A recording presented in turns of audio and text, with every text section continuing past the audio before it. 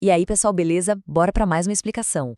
Sabe, existe um segredo para aprender inglês que, olha, muito curso por aí acaba deixando de lado.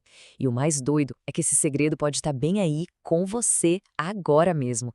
Hoje, a gente vai desvendar o poder que se esconde nos nossos próprios ouvidos. Para começar, pegue essa ideia aqui que vai ser o nosso guia. Escutar não é só 25% do aprendizado, como se fosse uma parte igual às outras. Não. Escutar é a base, o alicerce de absolutamente tudo. E só essa frase já desafia quase tudo que a gente aprendeu sobre como se estuda um idioma. Olha só que visual claro. À esquerda, a gente tem aquela visão tradicional, né? As 4 habilidades, ouvir, falar, ler e escrever, todas bonitinhas, no mesmo nível, mas a realidade, o que de fato acontece, é o que a gente vê na direita. A escuta é essa base gigantesca e as outras 3 habilidades estão construídas em cima dela. Se essa base não for forte, meu amigo, a casa toda balança. E isso nos leva direto para a nossa primeira parte. Vamos quebrar o grande mito do inglês e entender de uma vez por todas por que ouvir é, na verdade, a peça mais importante desse quebra-cabeça. A lógica é bem direta. Pensa comigo. Para ter uma pronúncia natural, a gente precisa primeiro ter ouvido aqueles sons, certo? Não dá para produzir um som que o cérebro não conhece. A fluidez na fala é um espelho do que a gente absorveu ouvindo. Até a velocidade de leitura melhora, porque nosso cérebro ouve o texto internamente. E a escrita fica mais natural, porque a gente desenvolve uma voz interna que foi moldada por horas e horas de escuta. E para resumir tudo isso numa imagem poderosa, a escuta funciona como o sistema operacional do inglês no nosso cérebro.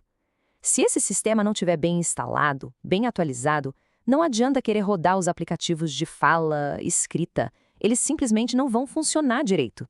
Agora, se prepara, porque a gente vai fazer uma viagem fascinante e, olha, em altíssima velocidade para dentro do nosso cérebro, para entender como ele processa o inglês que a gente ouve. O processo é absurdamente rápido.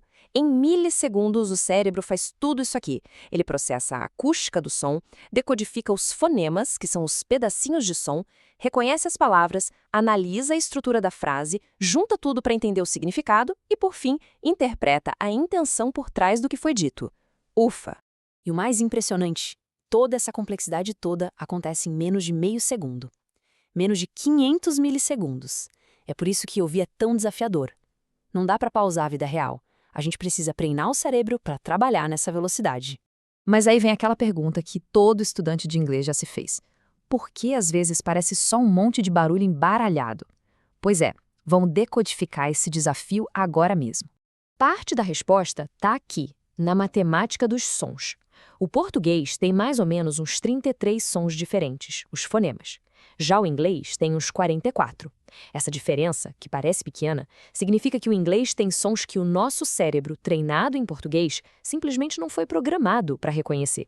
E é daí que vem aquelas confusões super comuns para nós brasileiros, a diferença sutil entre ship e sheep, a nossa eterna batalha com o som do TH em sync, ou distinguir as vogais de bat e bet. Isso não é uma falha nossa, é ciência. O cérebro tenta encaixar esses sons novos nas gavetinhas de som que ele já conhece do português.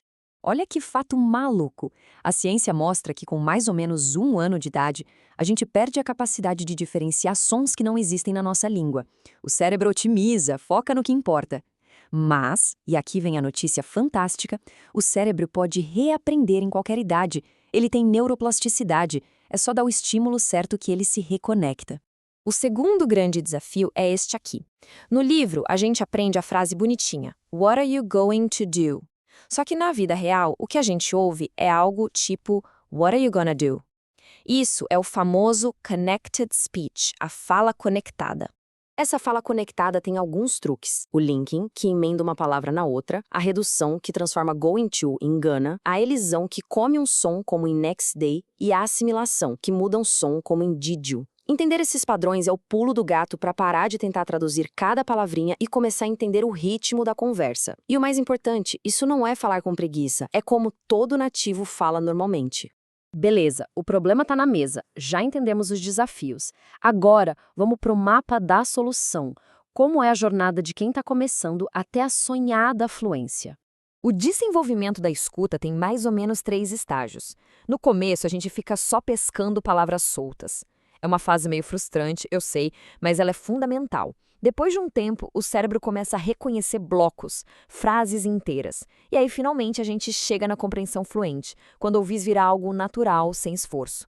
É um processo, tem que ter paciência. E para acelerar essa jornada, a gente tem duas ferramentas principais. A escuta ativa, que é quando você para tudo e foca 100%, é ela que constrói a habilidade de verdade. E tem a escuta passiva, que é deixar o inglês rolando de fundo enquanto você faz outras coisas. Ela cria familiaridade. O ideal é misturar as duas todos os dias. E agora a gente chega na conexão final, o que amarra tudo isso e leva a gente para o objetivo que a maioria das pessoas tem, falar melhor. O princípio aqui é super simples. Input e output. Entrada e saída. A escuta é o input, é o que a gente coloca para dentro do cérebro. A fala é o output, o que sai. Se a gente não coloca um input de qualidade e em grande quantidade, não tem mágica. O output vai ser limitado. A conclusão é direta. Quer falar melhor? Você precisa ouvir mais. Mas quanto é mais? Os especialistas estimam que a gente precisa de umas 1000 horas de escuta para chegar na compreensão fluente. Eu sei, 1000 horas parece um número gigante, mas calma. Se a gente quebrar isso com 1 ou 2 horinhas por dia, incluindo a escuta passiva no trânsito, na academia, essa meta se torna algo bem concreto e totalmente alcançável. E a mensagem final que resume toda a nossa conversa é esta: os seus ouvidos são a sua ferramenta mais poderosa para aprender inglês. Mais poderosa que qualquer livro, qualquer aplicativo de gramática. É neles que a gente tem que confiar. Então, fica aí a reflexão. E se a chave para destravar a sua fala, aquela que você tanto busca, esteve esse tempo todo aí, nos seus fones de ouvido? A partir de agora, talvez o passo mais importante na sua jornada para a fluência seja simplesmente apertar o play